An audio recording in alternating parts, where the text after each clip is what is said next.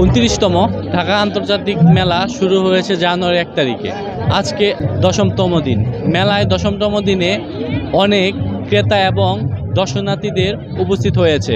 আজকে শুক্রবার, আপনারা দেখতে পাচ্ছেন অনেক ক্রেতা এবং দর্শনার্থী এসেছে।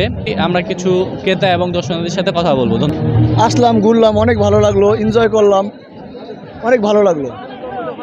মেলা খুব একটা জমজমাট ছিল না। আজকে যেহেতু ফ্রাইডে, সবারই বন্ধ, আজকে ভালোই মেলা জমজমাট হয়েছে। আশা করবো সামনে থেকেও আর কি মানুষজন এরকমভাবেই আসবে, আমাদের সেলটাও একটু ভালো হবে। মানে এতদিনের তুলনায় আজকে অনেক কনজিউমার, অনেক লোক, অনেক ভালো সেল।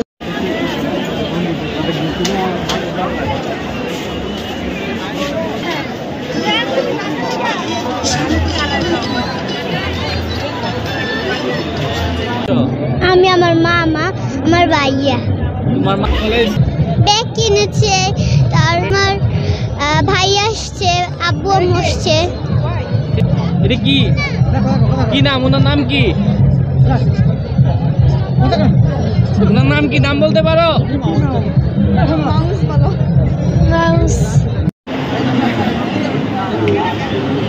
আচার কিনছি, তারপর রেস্টুরেন্টে খাবার খেলাম, তারপর ওই যে নামাজের জন্য কিনছি, তারপর হলো আরও অনেক কিছু কিনছি।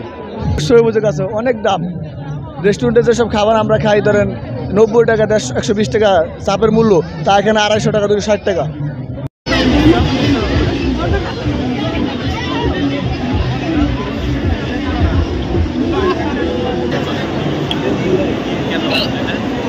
মানে এটা আমরা সেটা